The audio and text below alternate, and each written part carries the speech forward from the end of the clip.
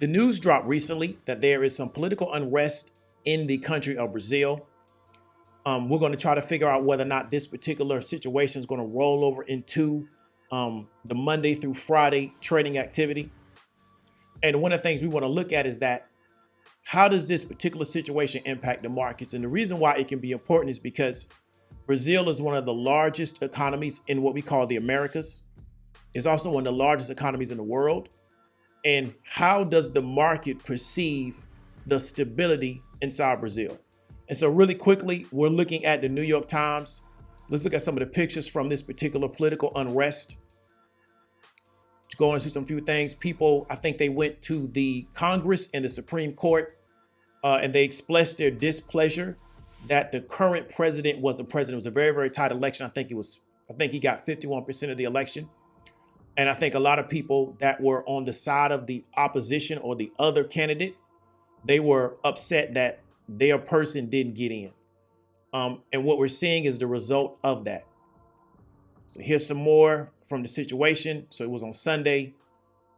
And, we hope nobody really gets hurt bad. And we hope that they can come to a peaceful resolution. Because we know when it comes to politics, a lot of times it can start getting really, really nasty. Now, here's a real quick video that's going to give a better explanation of this than I can. And I want you to go ahead and check it out. Ever since the election last October, there was a concern that this would unfold. Supporters of the loser, the former president Bolsonaro, unwilling to accept the result. At Congress, at the Supreme Court, and at the presidential palace, thousands were moving in or attempting to. From live streams online, the early moments of this seemed to unfold with little resistance from the security forces. Tear gas was used, but the police were outnumbered. The scenes have drawn comparisons with America's recent moment of democratic strain, the January the 6th protest in Washington. But here in Brazil, there were no politicians inside at the time. The election was in October, the far-right president ousted by his far-left opponent Lula da Silva. The inauguration was last weekend. Bolsonaro refused to go. He's in Florida instead. President Lula was not in Brasilia at the time, but he was on the airwaves swiftly. The policemen who participated in this cannot go unpunished, and they can't stay in force. They cannot be trusted by Brazilian society. It's important for these people to be punished in an exemplary way. The Security and Justice Minister responded to developments, calling it an invasion and an absurd attempt to impose protesters' will by force. But the government here knows the challenge. Brazil's political polarization is now playing out in the heart of its political institutions. From abroad, statements of support for Lula and democracy were issued quickly. The British ambassador: "We condemn the violent scenes on institutions today in Brasilia. We reaffirm our confidence in the strength of Brazil's democracy and the smooth functioning of its democratic process." And from the French president: "The will of the Brazilian people and the democratic institutions must be respected. President Lula can count on the unfailing support of France." This is ongoing, and the coming hours will be critical as the world watches. Mark Stone, Sky News. Now that we've seen this video, what I will look at is this going to create a trading opportunity? Now, one of the reasons why I can is because we talked about before, Brazil is one of the largest economies in the Americas. It's also one of the largest economies in the world. And as a trader, my question is, how does the market perceive the current administration's ability to manage this situation properly? And does it mean that this thing is going to continue to spiral out of control, and then maybe capital may leave the country because it could impair their ability to do business?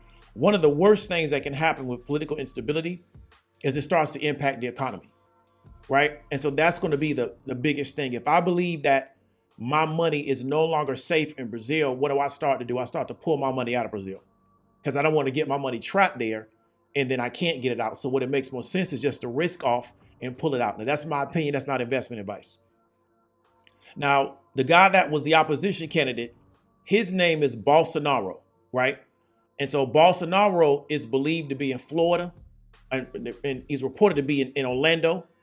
And he's just hanging out because there are some investigations into his behavior while he was in office. And we want to figure out whether or not that's going to have legs. And we don't really know what's driving these protests. There has to be some level of organization to it to have that many people show up at the same time. But he's currently in Orlando, Florida, hanging out. And, you see a lot of Brazilians. I've talked about this for months with people that are really tapped in. West Orlando was going to be a Brazilian stronghold because Miami's too expensive. So now they're going to Orlando, but that's a different conversation, right? So the first thing I'm going to look at is I'm going to look at the ETFs, right? So that's a real easy way. So look at the Brazilian ETFs, and then I would determine whether or not there could be trading opportunity there, right? And then I would also go from the ETFs into individualized companies. So here's an example of one of the ETFs. Let me go to the chart real quick, and it's just EWZ.